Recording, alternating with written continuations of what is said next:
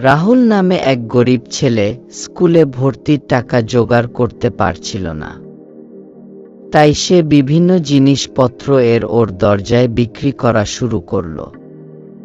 তার এমনই দুর্ভাগ্য যে একদিন তার একটিও জিনিস বিক্রি হলো না। আবার ওইদিকে তার প্রচণ্ড খিদে পেয়েছে। সে মনে মনে ঠিক করল, এবার সে যে দরজায় যাবে তাদের বলবে তারা জিনিস না কিনলেও তারা যেন তাকে এক মুঠো খাবার দেয়। একটি বাড়ির দরজায় গিয়ে যখন সে টোকা মারল, একজন মেয়ে এসে দরজাটি খুলে দিল। মেয়েটিকে দেখে ছেলেটি ঘাবড়ে গেল। সে খাবার চাওয়ার পরিবর্তে এক গ্লাস পানি চাইল। মেয়েটি বুঝতে পারল ছেলেটি ক্ষুধার্ত, তাই সে একটি বড় গ্লাসে দুধ এবং অন্য গ্লাসে পানি নিয়ে আসে।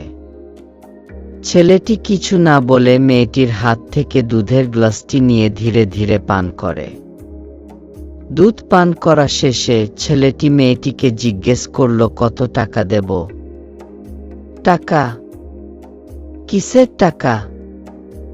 মেয়েটি বলল, মা আমাকে শিখিয়েছেন, যদি কখনো কারো সেবা করার সুযোগ হয় তাহলে সেবা করতে হয়, বিনিময়ে তার কাছে থেকে কোনো অর্থ নেওয়া যায় না।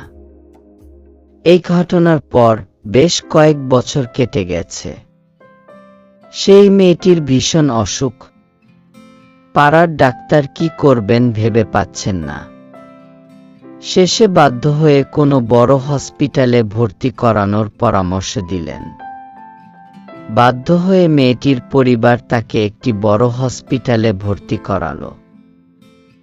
যখন বিশেষজ্ঞ ডাক্তার রোগীকে পরীক্ষা করার জন্য ডাকা হলো, যখন ওই মেয়েটির নাম ডাকা হলো, তখন ডাক্তার সাহেবের মনের মধ্যে একটা অন্যরকম অনুভূতি কাজ করল। ডাক্তার সাহেব রোগীর কাছে ছুটে গেলেন। মেয়েটির কাছে গিয়ে দেখতে পেলেন রোগীটি হলো সেই মেয়েটি যে আমাকে এক গ্লাস দুধ পান করিয়েছিল। তখন ডাক্তার সাহেব ঠিক করলেন তিনি মেয়েটির জীবন বাঁচানোর জন্য সর্বোচ্চ চেষ্টা করবেন। তার চিকিৎসা এবং সেবায় মেয়েটি কিছু দিনের মধ্যেই ইনশাআল্লাহ সুস্থ হয়ে উঠলেন। ডাক্তার হসপিটালের অফিসে গিয়ে সেই মেয়েটির বিল নিয়ে এলেন। সেই বিলের নিচের একটি কোণে কিছু একটা লিখলেন। বিলটি যখন মেয়েটির হাতে পৌঁছালো সে চমকে গেল, কারণ অসুখ থেকে তো সে বেঁচে গেছে, কিন্তু এত পরিমাণ বিল থেকে তার আর বাঁচার উপায় নেই। বিলটি দেখতে দেখতে যখন সে বিলের একেবারে নিচের প্রান্তে চলে এসেছে, সে দেখল বিলের এক কোণায় লেখা আছে, এক গ্লাস দুধের বিনিময়ে এই বিলটি মিটিয়ে দেয়া হয়েছে। তারই নিচে রয়েছে ডাক্তার সাহেবের স্বাক্ষর। খুশিতে নিজের অজান্তেই সেই মেয়েটির চোখ থেকে দুফোঁটা জল বিলটির উপরে পড়ল। মেয়েটি তার দুহাত উপরে তুলে দিয়ে বলল, হে আল্লাহ, আপনাকে অসংখ্য ধন্যবাদ। আপনার ভালোবাসা মাসের হৃদয় এবং হাতের মাধ্যমে পৃথিবীর সর্বত্র পৌঁছে গেছে।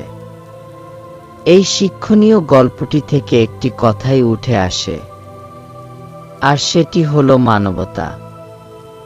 যদি সেই মেয়েটি ছেলেটির কাছ থেকে সেদিন টাকা নিত, তাহলে ছেলেটির কোনো দিন ও মনে থাকত না যে সে যখন ক্ষুধার্ত ছিল তাকে কেউ দুধ খাইয়েছিল। উদাহরণস্বরূপ আপনি নিজেকেই ধরুন না, আপনি অনেকগুলো ব্যাগ নিয়ে রাস্তা দিয়ে হেঁটে হেঁটে যাচ্ছেন। হঠাৎ কেউ এসে আপনাকে সাহায্য করল। আপনার দুটি ব্যাগ সেও নিল। আপনি তার উপকারের কথা মনে রেখে দিবেন।